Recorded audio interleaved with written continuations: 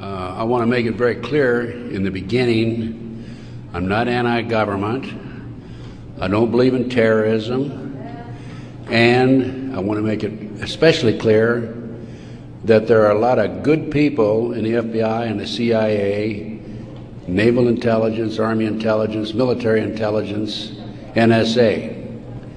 Unfortunately, there are a few key people in key positions who have made a difference, a big difference, in what's happening in America today.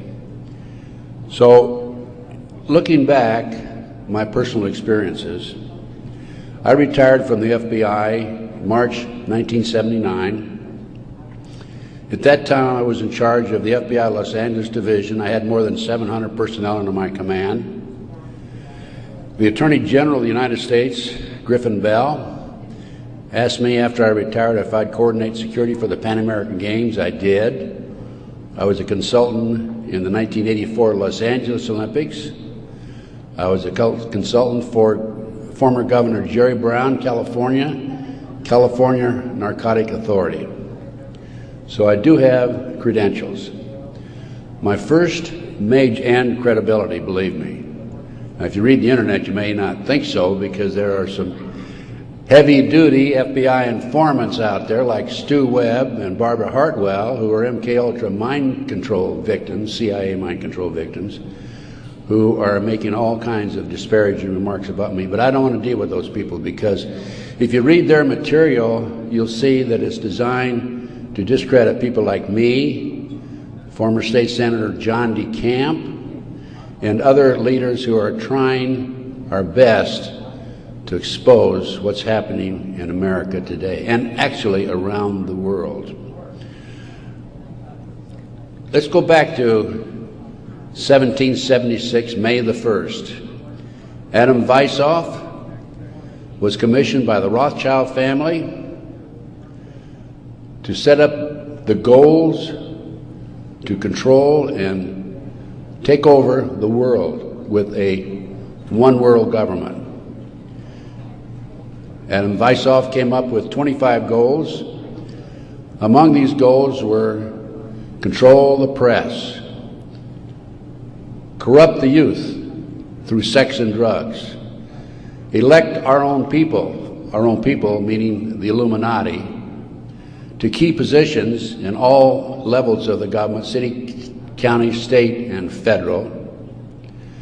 And it goes on. The final goal was to take over the world, the one world government. Information is very well documented by William Guy Carr in his magazine, his book, Pawns in the Game. When I retired, I had no idea what was going on. I had no idea about the Illuminati. I had no idea about Adam Weishoff. However, my first major investigation when I returned from Puerto Rico was a Dr. Jeffrey R. McDonald case. He's a former Green Beret doctor who was convicted of murdering his wife and 2 children at Fort Bragg, February 17, 1970. He'd been tried and convicted and sentenced to 3 consecutive life sentences. I was asked by the defense team to investigate the case because they claimed that Dr. McDonald was innocent. I said I would, but if I learned that he murdered his wife and 2 children, I would discontinue my investigation, no longer become involved. I want you to know I'm still working for Dr. McDonald. He is an innocent man. Now, once I became involved in the case, I had to read everything, and I learned that evidence was lost, evidence was stolen, evidence was altered. An FBI agent, Paul Stombaugh, lied before the grand jury. And most important of all, Colette, the wife, had skin where she had fought off the assailants under her fingernails. That skin was handed over to William F. Ivory, the chief investigator for the Army, and it has disappeared. 10 months into the case, October 25, 1980, I through a series of circumstances, I don't have time to go into the details now, obtained a signed confession from one Helena Stokely. I had 3 sessions with her, 10 days each, total of 30 days. Helena told me that Dr. McDonald did not commit those crimes, that they were committed by her satanic cult group. And I said to myself, what's this all about? I don't know anything about Satanism. I read about it in the Bible, of course, and that's about it. But as I delved into the case, I learned that drugs from Southeast Asia were being flown into the United States to various military bases in plastic bags in the bodies of the dead GIs. I further learned from Helena that her satanic cult group was involved in distributing these drugs up and down the East Coast. They were mad at Dr. McDonald because he was abusive to the cult members and the GIs who went to the civilian hospital where he was moonlighting for relief of some sort. So they went in and attacked him that night. There were a total of 7 involved in the crime. She named them all for me. Right now, today, I know where some of them are located. But to further check and document this, I went to the UCLA library, and I found out, in fact, in the Time magazine, January 1, 1973, there was an article about bringing drugs in plastic bags in the body cavities of dead GIs. There was no question in my mind Helena was telling the truth. I gave her a polygraph test, and she passed. I had her examined by a psychiatrist, and she passed. And as a matter of fact, the government themselves had given her a polygraph examination early in their investigation before I entered the case. And Byzantine, the Army polygraph operator, said that she thought that she was telling the truth. She thought she was there that night. Now, the most recent series of events in the McDonald case, now I'm telling you a little bit about the McDonald case because that's what woke me up as to what was going on. It was after that I started researching and went back and found out about the Illuminati/Satanism. It was after that I learned considerable more about what was going on. And the most recent information, Dr. McDonald, who's been in the penitentiary for some 25 or 26 years now, appeared before a parole board just 2 days ago, his first that he's ever appeared before a parole board. And the reason he had never appeared before is because, in his opinion, had he appeared before, it would be an admission of guilt. In this particular instance, he still claimed he was innocent, but he did appear before the board because he's a newlywed individual with a woman named Kathy.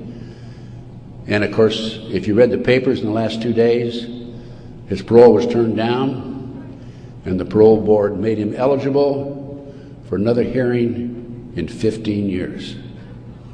This poor man not only lost his wife and 2 children, he has served 25 years in the penitentiary and another 15 years to go. He's 61 years old. I am still working the case. What are the latest developments on the case? In 1997, the judge, federal judge, agreed to do DNA tests. And they chose 15 individual pieces of evidence to be examined. However, the judge said that when you open the evidence envelopes, only the prosecutor can be present. Well, they opened the evidence envelopes. The prosecutor did. How many do you think were empty? 5. 5 evidence envelopes were empty. The skin under Colette's fingernails would have established Dr. McDonald's innocence alone. Now we have DNA authorized in 1997. Here we are in 2005. They still have not completed the DNA test. From the McDonald case, the next case I worked of a major consequence was the McMartin preschool case in Manhattan Beach, California. The children there claimed There were tunnels under the school. They were taken into the tunnels and through the tunnels up into the trap door of a bathroom in a triplex next door, placed in automobiles, and prostituted in the community. These are 2-, 3-, and 4-year-old children before they entered kindergarten. In addition, the children claimed that they were flown into the mountains where they were involved with adults in robes, black robes, chanting, candles. They talked about the brown babies who were cut up, actually sacrificed. And in checking into this and researching this, of course, this was obviously a satanic ceremony. The McMartin family, who owned the preschool, they were tried of Ray Bucky and his grandmother. The grandmother was acquitted, hung jury on Ray Bucky. The second trial, another hung jury. I had an opportunity in 1990 to gain control of the school. Now, the school had been given to Danny Davis, the defense attorney, and he had sold it, even though he made $15 million on the case, by the way. He had sold it to a contractor who was going to tear it down. When I learned this, I contacted the contractor. I said, I want to be given an opportunity to go on that school and look for the tunnels. The authorities had looked for them in 1987. They said they could find no tunnels. Along with some of the parents, we hired Dr. Gary Stickle, UCLA archaeologist. He hired his crew and brought them in. And in 34 days, Dr. Stickle said there had been tunnels under that school. They were covered up and they were covered in. An informant of mine told me that there was an abandoned satanic site in Crestline, California, up in the mountains. I went up into the mountains and obtained photographs, of the site. I have a lecture that I give where these pictures are available. It's called Gunderson Chronicles number 2. It's a 4-hour lecture that I gave in Kansas City a number of years ago, which shows this abandoned site and also pictures from the McMartin Tunnel school dig. From there, I became involved in another case, very frightening case, because I established, with the help of people like John DeCamp, former state senator in Nebraska, that we have in this country today a covert military criminal enterprise, government enterprise, primarily by U.S. military intelligence, that is operating full throttle, and everybody refuses to investigate it. In the Nebraska case, it's called the Franklin Cover-Up. This is the book here that John DeCamp wrote, by the way. It's all documented in there. And in that particular instance, they were taking children out of foster homes, orphanages, Boys Town, driving them from Omaha, Nebraska to Sioux City, Iowa, 184 miles away, placing them in private jets and flying them to Washington, D.C. for sex orgies with prominent people, including congressmen, senators, and certain people in the White House. It's well documented. I have personally talked to Paul Benassi. I had a 5-hour interview with him. It's a tape that's available. I don't have it with me here, but you can order it. I have a 5-hour interview with Paul that he gave me in 1993. Paul told me how he was used. He was part of the kidnapping crew and was used as a decoy, and when he was 10, 11, 12 years old, in parks, shopping malls, to attract the children over near where the adults were in a car waiting for them. They throw them in the back seat, chloroform them, and make off with them. Paul also told me that these children, many of them, become sex slaves Many of them are used as toys. The boys, they call the boys toys. I don't know what they call the girls.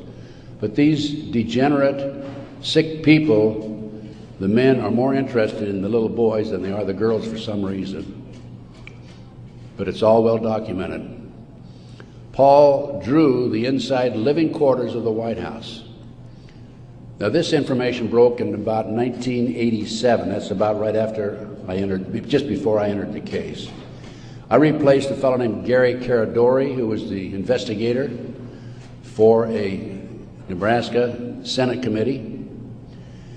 Gary met the official photographer of the group, who had split from the group, defected, and agreed to take the pictures that this official photographer gave him, and they met in Chicago, agreed to take the pictures back to the committee. He flew out of Chicago in his private plane, a short distance out of Chicago. The plane exploded in midair, and his briefcase has never been found. He and his 11-year-old boy died. His briefcase has never been found. The rear seat of the airplane has never been found. I had made every attempt possible to obtain possession of or control of that plane, because I wanted to examine it for bomb chemicals, particularly the back seat. It's no longer available. Nobody knows what happened to it.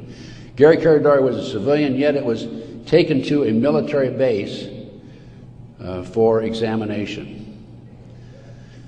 A deputy sheriff was the first one on the scene.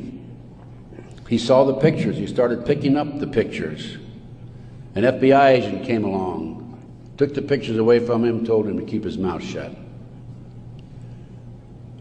He started talking to a few people. A year later, his wife was murdered. He's no longer talking. This international child kidnapping ring, I later learned, was out of Washington, D.C. It was very active, and the organization is known as the Finders. And I have a report on the Finders back there. Everything I'm telling you is documented, by the way. The Finders has been established and operating throughout the 1960s up to the present time. It was exposed in 1987. They moved their operation to Wichita, Kansas, and they're operating right today in Wichita, Kansas. I have taken my report to the FBI half a dozen times, demanded an investigation, and I have yet to be interviewed. So we have the Finders, we have the Franklin cover-up, which documents what I'm telling you. We have the pawns in the game. Pawns in the game is the Illuminati. This is the Illuminati/satanic movement in this country today. And the last thing I'm going to mention in the way of a book is why Johnny can't come home. Johnny Gosch was, September the 5th, 1982, a newspaper boy on a Sunday, and he was about to deliver his newspapers in West Des Moines, Iowa. He never delivered any newspapers. He disappeared. The mother, Noreen Gosch, was dumbfounded, didn't know what happened, demanded an investigation of the FBI and by the West Des Moines Police Department. The chief of police in West Des Moines said to her, even though he's disappeared, we do not have any witnesses who saw him being grabbed and placed in a car or being taken control of. So we're not going to investigate it. The FBI used the same premise. They refused to investigate it. Now, I've been involved in kidnappings in the FBI, and I can tell you that it's automatic within 24 hours, at the end of 24 hours, that we had to go in my day, this was back in the 50s, 60s, and 70s, we had to go in and start investigating the case after they've disappeared for 24 hours. Today, as I stand here and you sit there, The children are disappearing in this country at the rate of 83 per hour. That's over 700,000 children a year. Now, I can go back to July 1982. The Reader's Digest claimed there were 100,000 children disappearing every year. There's another statistic that I find very interesting, and that is that it is estimated 2,500 children are kidnapped and murdered in this country every year. That's an unbelievable figure. Yet, the FBI refuses to investigate it.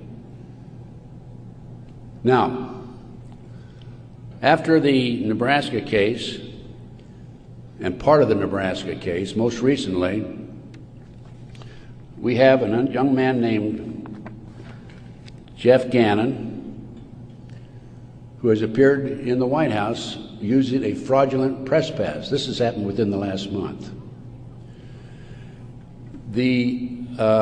Certain people in the White House were questioning him and were suspicious of him because when he would engage in a press conference with the president, President Bush, he was asking what they called soft questions. Soft questions meaning the president would have an answer for them, he'd look good. Somebody started checking into his background.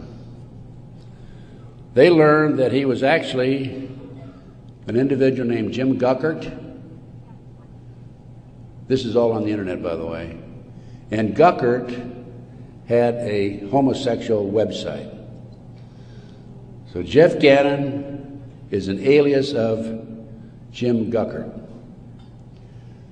Now his picture appeared in the internet, and he is believed to be Johnny Gosch, who was kidnapped September the 5, 1982.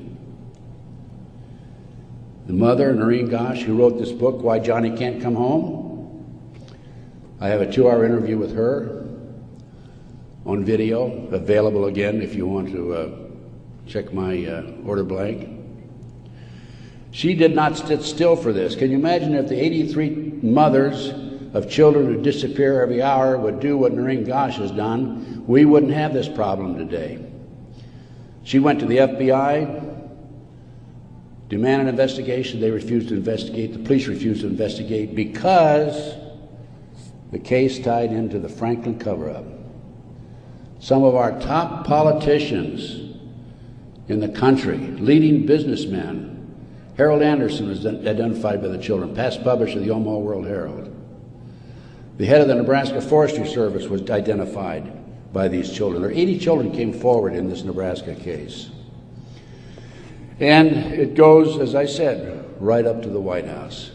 In 1987, according to Paul Benassi, he was furnishing toys, or little boys, young boys, to the sick people, certain sick individuals in the White House itself. I have the names of some of these people. No need to mention it here. Some of them are mentioned in the Franklin cover-up. But it does appear that Jeff Gannon is, in fact, Johnny Gosch. Noreen Gosch, the mother, has looked at the pictures. She believes it's Johnny Gosch because he has a scar on his right cheek about the size of a nickel. It's white. Gannon has a scar there also. Little Johnny Gosch had a birthmark on his left chest about 8 inches long. From looking at pictures of Jeff Gannon on the internet, it appears that he had a birthmark at one time, and there's been an attempt to erase it. I personally talked to one of the youngsters who was involved in this network. I've talked to several of them. And he assures me that Jeff Gannon is, in fact, Johnny Gosch. Well, how did Johnny Gosch get from West Des Moines, Iowa, 12 years old, all the way with a phony press pass into the White House as of a few weeks ago?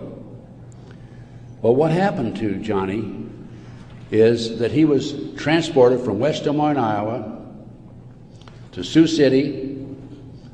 He was placed on a farm for 3 weeks, sexually molested. He was taken to the mountains in Colorado, placed in a cage in a house of some sort, or a cabin, and then later he was used as a sex slave. They didn't kill him, they didn't sacrifice him, although a number of these kids are sacrificed in satanic ceremonies. Now, he escaped with another young man. They stole a car, and in 1997, Johnny knocked on his mother's door at 2:30 in the morning, Noreen Gosh, and said he wanted to talk to her. He was there with another young boy. He came in, he told Noreen, he says, "Mother, I was kidnapped. I've been placed in a covert military CIA-controlled, mind-controlled project and used as a sex slave." He said, "I can't come forward at this time because they will kill me."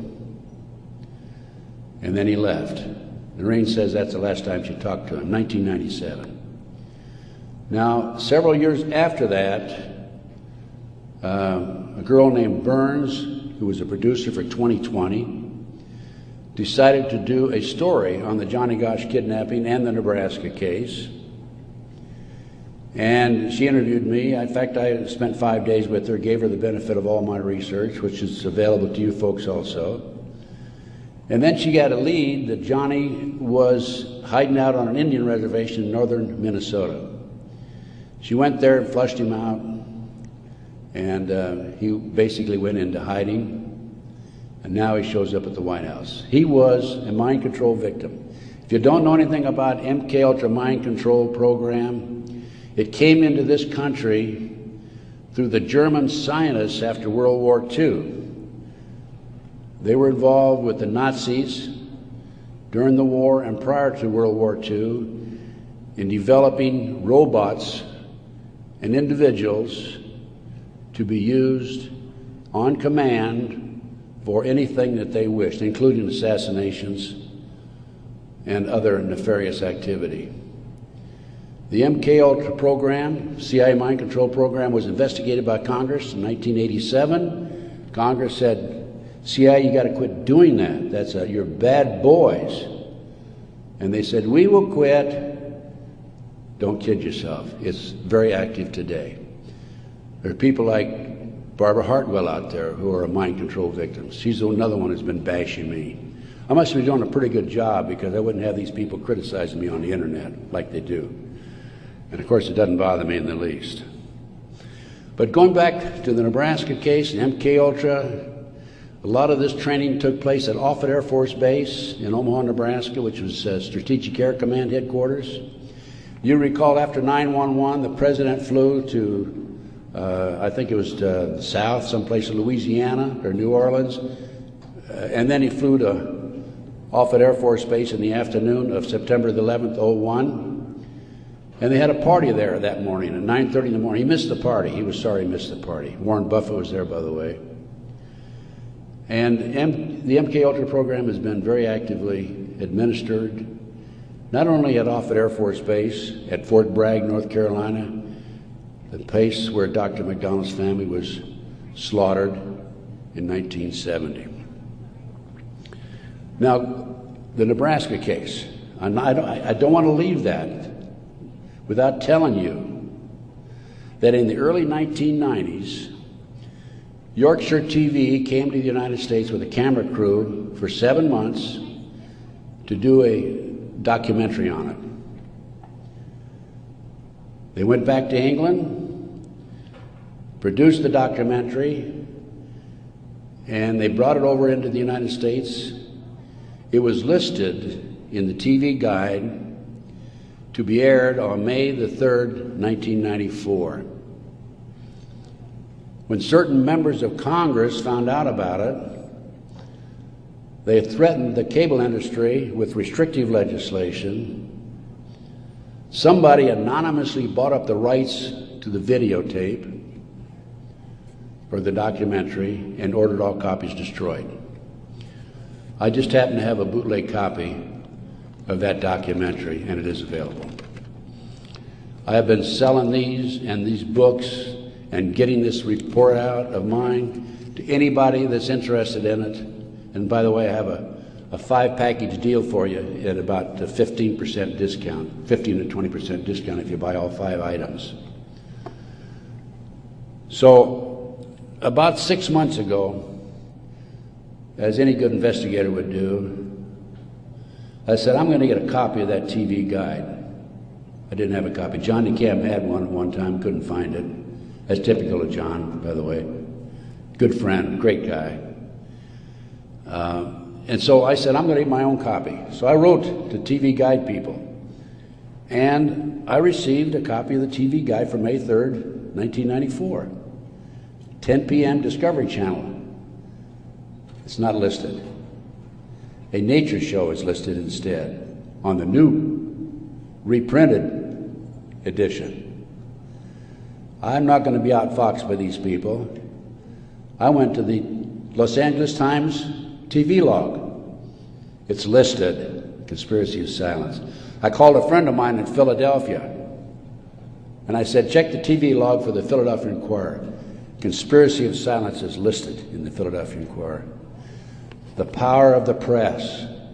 They changed and reprinted the whole TV guide. It never has been shown publicly in the United States, and I doubt if it ever will be shown publicly. But as I said, it is available to you. Now, that's not the end of the story for me, because I am continuously probing, continuously working, continuously talking to various sources and putting it on paper and documenting and getting the word out. This is the direction that we have to go. Americans, for the most part, are oblivious to what's really going on behind the scenes. One of the things that, in addition to the McDonald case, that got me thinking was the Jack Kennedy assassination. So I checked into that, and by the way, I used to be in charge of the FBI in Dallas, and also I was in charge in Los Angeles after Dallas. So in checking into the Jack Kennedy assassination, I learned, no question about it, that it was a joint hit by the CIA and the Chicago mob. Sam Giancana, head of the La Cosa Nostra in Chicago, 3 days before he was to testify before Congress, was shot and killed, murdered. This encouraged me to do some more checking into some of these national terrorist acts that have taken place and other cover-ups in the United States. I interviewed the naval intelligence officer who on December 4th, 1941, received information that the Japanese were going to bomb Pearl Harbor. We had broken the secret code of the Japanese. He told me personally, on December the 4th, he gave it to his superiors. They passed it up the line. After Pearl Harbor, he was subpoenaed to testify before Congress. His boss called him in, said, don't worry about it, don't respond to the subpoena. Someday you'll know why. He never did testify before Congress. And he recently passed on, by the way. So we have not only a cover-up in these other areas, but looking at the national picture, Pearl Harbor. And look at Waco. The military was involved in destroying and shooting and killing, and also the FBI, women and children in Waco. They used tanks, military tanks, in violation of posse comitatus, which is a law that says the military cannot be used to enforce a civilian population. They got away with it. There's an interesting story. I did some research on Waco. As I've told you, I've done a lot of research. And in many instances, I've not only been there, I've done that. And I've been on the scene. I've spent most of my retirement money investigating these matters, including Oklahoma City, and I'll go into that in just a minute, 911 and so forth. But in Waco, there were 4 BATF agents who were shot and killed. Some of the Branch Davidians were tried, sentenced for these, quote, murders, and are serving prison terms today, probably for life. In researching the 4 BATF agents who were shot, I learned every one of them was shot in the head. Now, for those of you who have been in the military, that's a sniper shot. No question about it. One of them, the bullet, the trajectory of the bullet was from above, down through his lip, and into his body. Probably from a helicopter.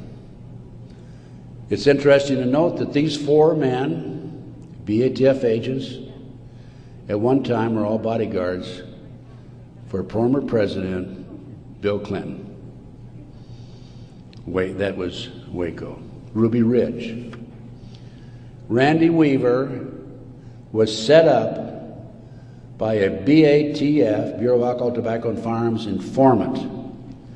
He bought a shotgun that was about 1/4 of an inch too short by law. They arrested him and served him with a warrant. He refused to appear before the courts, and they sent an army after him.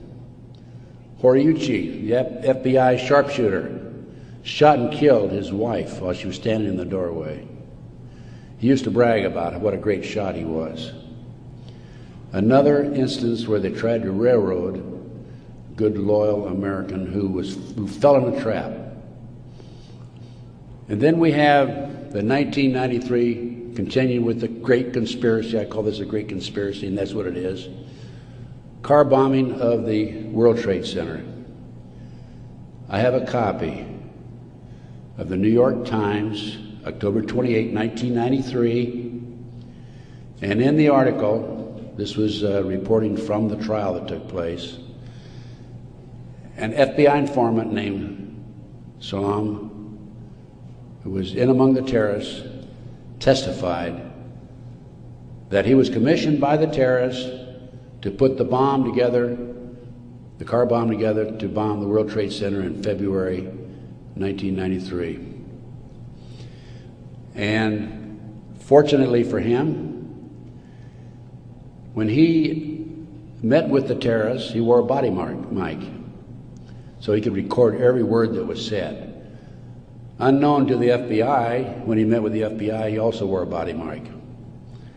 That was probably what kept him from being set up and framed and sent to prison. This is actually in this newspaper article. He went to his FBI superiors, says, I've been commissioned to put the bomb together. We're going to use a dummy bomb, aren't we? And he was told by his FBI superiors, no, we're going to use a real bomb. Now, I don't understand why Congress and Senate, investigators, and our leaders in Washington, D.C. are not jumping up and down over that situation. The FBI not only knew in advance of the car bombing, they furnished the ingredients for the bomb. Why doesn't somebody take some action in that area? Why doesn't somebody investigate this international child kidnapping ring being operated by the CIA? Why are these congressmen voting on bills like the Patriot Act, which takes away many of our constitutional rights and civil liberties in the best interests of, quote, protection for our country and protection from the terrorists? Let me tell you something, ladies and gentlemen. There are people in our government, a rogue outfit, whatever, I'm not sure, who are actually behind these terrorist acts. And the reason they're behind the terrorist acts is so they can pass bills like the Patriot Act. And the reason the congressmen and the senators vote for these stupid bills, stupid by our terms and our definition, is because many of them have been set up and framed through sex and drugs. So then we have Oklahoma City, 1995. I personally made 2 trips to Oklahoma City. I investigated Oklahoma City.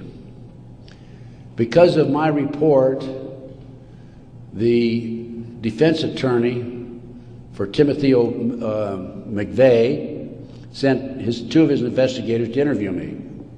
I spent 4 hours with them.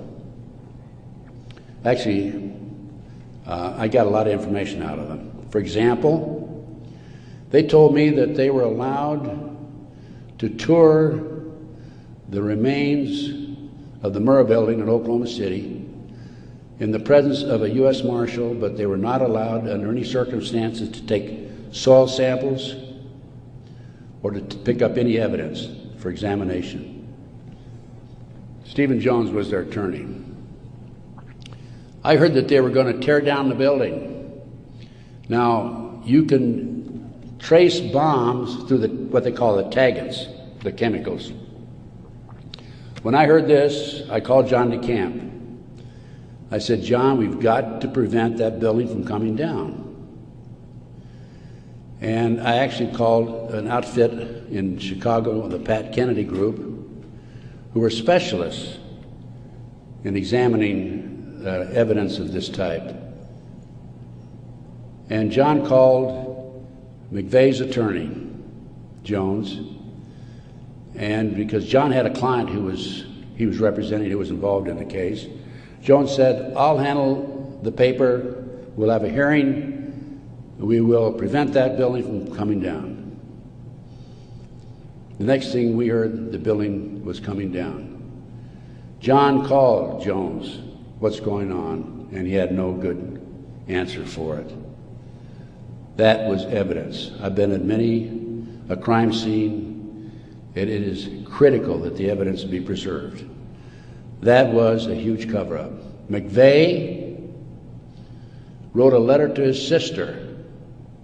McVeigh was in Special Forces. The government says, military says, oh no, he flunked out. He didn't flunk out. He was recruited out of Special Forces, according to him, a letter he wrote to his sister, to be trained to be a CIA assassin and also to work for the CIA international drug operation, both against the competition and for the CIA pro-drug people.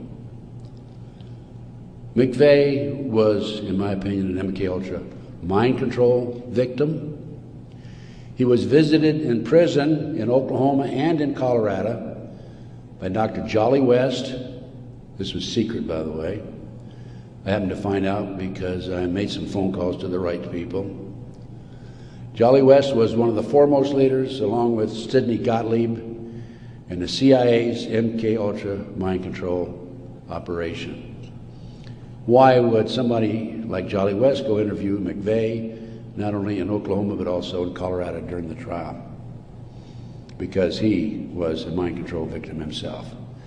At one time, it was reported, I think in the U.S. News and World Report, that McVeigh had a microchip in his buttocks. Our military reportedly have been using microchips to keep track of their soldiers. The bomb in the truck allegedly was a fertilizer bomb. The government first announced that it was a 1,500-pound bomb and then a 2,500-pound bomb, and I think it ended up being 4,800 pounds. That bomb that was in the truck destroyed half the building. A 4,800-pound fertilizer bomb, ammonium nitrate fertilizer bomb, dissipates and did not have the potential, the possibility of destroying that much of the building. After the Oklahoma City bomb went off, I had a call from a friend of mine, Michael Riconosciuto. For those of you who are making notes, look up in the internet, R-I-C-O-N-O-S-C-I-U-T-O. Michael Riconosciuto. I've been working with Michael since the early 1980s, 82 is when I first met him. He was a CIA agent operative for some 2 decades. He was also an FBI informant at one time. His father owned the Hercules Manufacturing in Silicon Valley, California. Hercules Manufacturing developed what is known as the electro-hydrodynamic gaseous fuel device, which is a highly classified bomb. The bomb was actually manufactured by Dyna Nobel out of Salt Lake City. Now, Michael, in the meantime, is in jail now, right today. In fact, I talked to him yesterday because he started to talk before the Brooks Committee about a very interesting case involving the Promise software. The Promise software was in a computer operation that developed all kinds of intelligence information on you and I and every citizen in America. The Department of Justice leased it for 2 years. At the end of 2 years, they refused to pay Bill and Nancy Hamilton the $10 million they owed them. Then the Department of Justice, through Earl Bryant, past president of United Press International, took that computer and sold it around the world. Sold it to the French, to the English, Israelis, the Canadians. Unknown to these foreign countries, the officials in these foreign countries, there was a trap door in the computer. Very clever, huh? A trap door secretly allowed us, the U.S. government, to retrieve all the information they developed. Michael Riconosciuto was the CIA agent who developed the trap door in the Promise software computer. And when Congress started to investigate it, in the late 1980s, they called on Michael, and we want you to testify. Michael received a threatening phone call 2 weeks before he was to testify. He claimed from a fellow named Vietnix, Peter Vietnix, U.S. Department of Justice, if you testify, you'll be sorry. Michael testified anyway.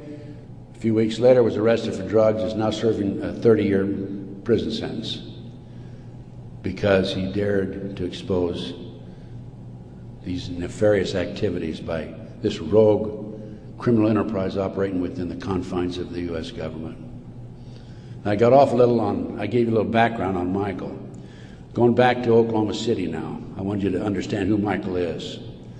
He's not some guy walking down the street with a grocery basket looking for a recycling center, okay? He has credibility.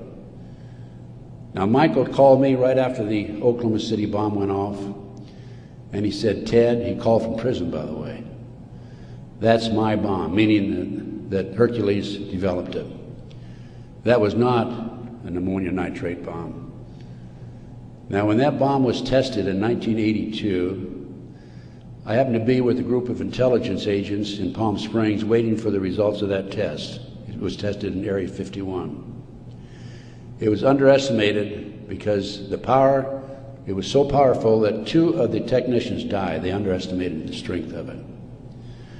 This, I'll call it a barometric bomb. This barometric bomb, according to Michael, was what was in the car, not a fertilizer bomb. I have an Oklahoma City report on that.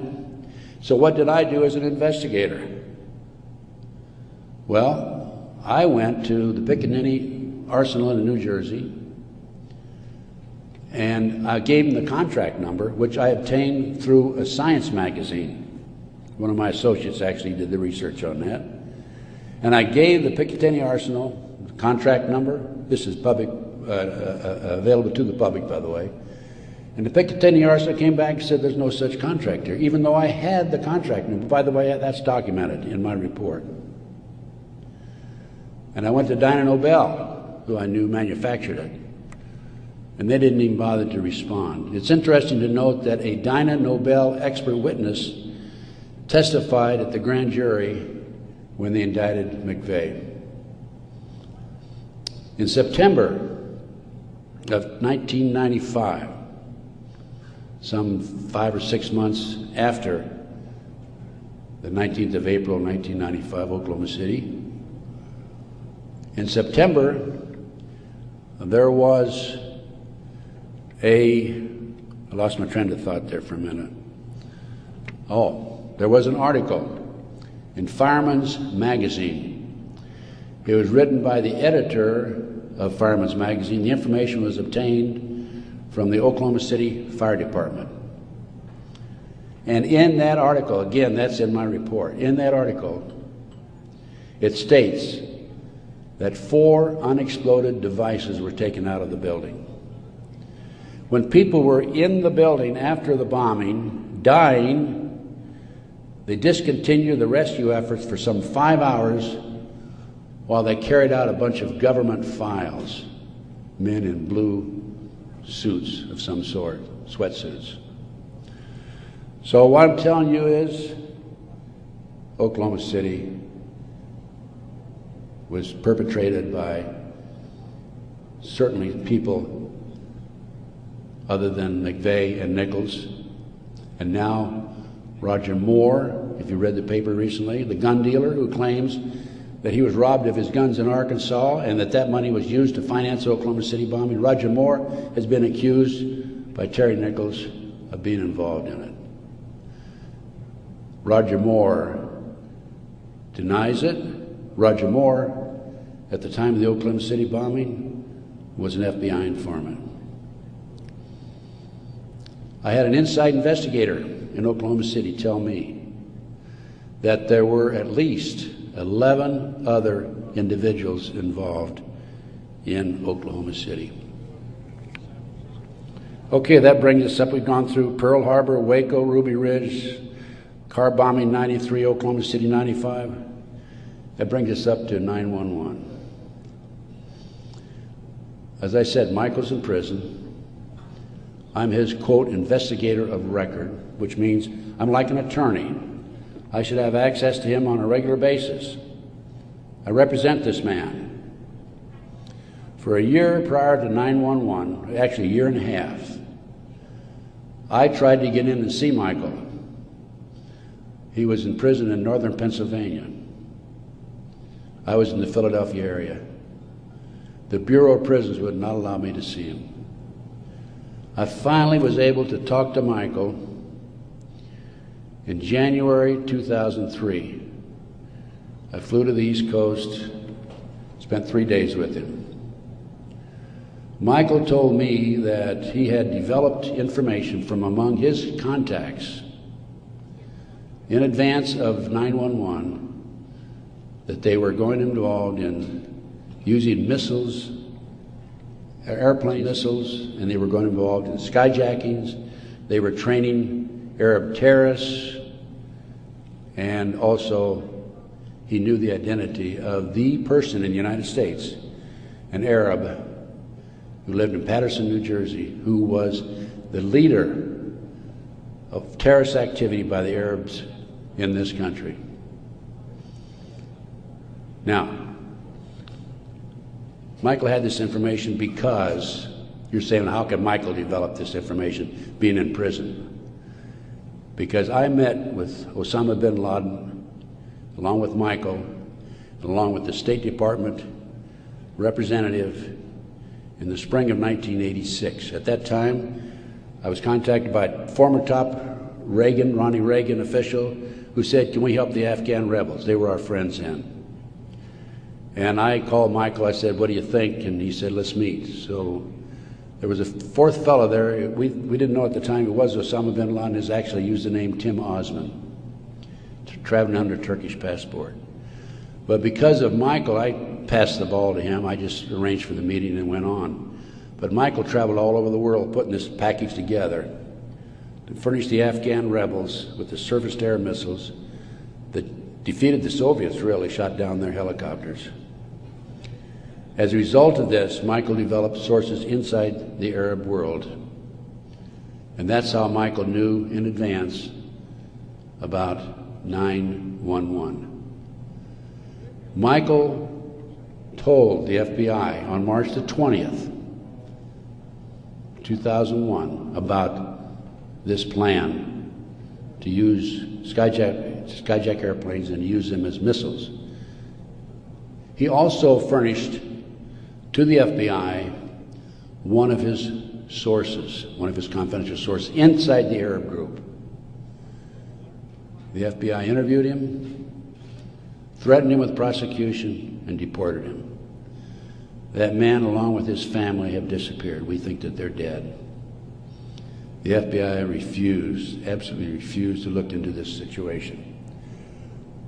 More shocking is that Michael had the names of the people who were obtaining the false names of the people, the Arabs who were obtaining false passports. Had their names. He had the source who could furnish him that information. He told FBI agent Keith Kutry, March 20th, 2001, excuse me. He told Kutry, he says, I'll give you these names, the name of this person who's coordinating the whole project for the Arabs, providing I be given immunity and he be given immunity. Mr. Kutry, in spite of the fact he was armed with this information 6 months prior to 9/11, came back 2 days after 9/11 on the 13th and saw Michael in prison again. Accused Michael of being anti-government, anti-FBI, being a publicity seeker, and so forth, being disloyal. And so Michael, of course, didn't have much to say after that. Michael's still in prison, as I said. But we had this information, the FBI had this information, did nothing with it. Kutry admitted on September the 13th, admitted that the FBI did nothing with it. So after I visited Michael, excuse me, 2003, I felt it was important that I confirm that the FBI did meet with him. The Bureau of Prisons would not furnish Michael with the visitors list to confirm it. And so I started writing letters to the FBI through Senator George Allen. Oh, thank you. Thank you. And to confirm that he did in fact meet with them, I wanted to document it. I also asked for the identity of the other agent who was with Agent Kutry. And I had a terrible time. It took me a year and a half writing letters to the FBI to get them to admit that they'd interviewed Michael on March the 20th, 2001. I finally did have that information. That information is available again in one of my reports, my terrorism report that I have in the back. So that basically brings me up to the present time. I think my time is up. But I feel compelled, as a former FBI agent, I had all this training, and I feel compelled to do everything I can to educate as many fellow Americans as I can as to what's going on behind the scenes. We have been operated and orchestrated primarily by U.S. military intelligence, covert criminal enterprise involving the FBI and the CIA, active in this country today. It's being covered up right from the beginning. They're using FBI informants to set up and frame people. By the way, they tried to frame me on a drug deal back in 1984. It didn't work. The girl that they used to try to frame me contacted me, said, I need to meet with you. We met, she told me the whole story. I took a signed statement from her. Her name is Pam Fawcett. And I said to Pam, Pam, you were working for these people, the DEA and the FBI in Modesto, by the way. She was making phone calls to me. I said, you're working with these people trying to set me up. Why have you, and of course, in the phone calls, she kept saying, trying to get me to make admissions that had knowledge of a felony, and I wouldn't. I said, I don't have any knowledge of that. Or was involved in a felony, actually. I said, Pam, look, you were working with these people for 6 months. They gave you $2,000. You had the run of the FBI office. You had your own coffee cup. Why did you come to me and tell me this now? And I'd helped her, give her a little advice about her 14-year-old son in the interim, you know, talking back and forth as any individual would do who might be able to help. And she said, Ted, I woke up the other morning and I realized you're the only honest son of a bitch I've talked to in 6 months. Those were her exact words. The FBI not only tried to set me up on a drug deal, I've also been the victim of 4 separate investigations. They tried to set me up on a fraud case in Dallas. And most recently, very frankly, I've been under surveillance, heavy surveillance. I've had illegal entries into my car, into my apartment. There's been attempts to gas me within the last month. And I was able to anticipate it and avoid it. But they don't want people like me out telling the truth. And that's what I'm doing. And I will not stop. I will continue to do so in the future. So that's basically it. I brought you from 1776 to the present time. We went through one conspiracy after another. Brian Gimbel was interviewing Jim Nichols, Terry Nichols' brother, on national TV after the Oklahoma City bombing, by the way. And I had given Jim Nichols my Oklahoma City bombing report. And Jim said to Brian Gimbel, he says, have you read Ted Gunderson's Oklahoma City report? And Gimbel says, oh, Ted Gunderson's a conspiracy theorist. I want you to know I'm not a conspiracy theorist. I'm a conspiracy realist. It is there. All you have to do is get your own website, get your own internet, go out. There's a lot of disinformation out there, but you can pick out what's really solid and what's really truthful. And I have 25 years of research on that back table back there. And if you buy any of my reports or this videotape or any of my material, I want you to make a promise that you will make copies and distribute it far and wide. We need to wake up America. Right now, let me emphasize again, I'm not anti-American. I don't believe in violence. I believe in change through legal means. But we need to wake up an apathetic, sleeping society that is active in America today. And this not only ties into MK Ultra, CIA, it ties into Satanism. There are approximately 4 million practicing Satanists in America today involved in the Nebraska case. And I can go on about satanic cults for another hour, but I think my time is almost up. I might mention that, speaking of Satanism, there are between 50 and 60,000 human sacrifices, according to 3 different sources, in this country every year. The satanic cults operate secretly. The satanic cults are, along with our covert criminal enterprise within the government, a serious threat to our society. And I thank you very much.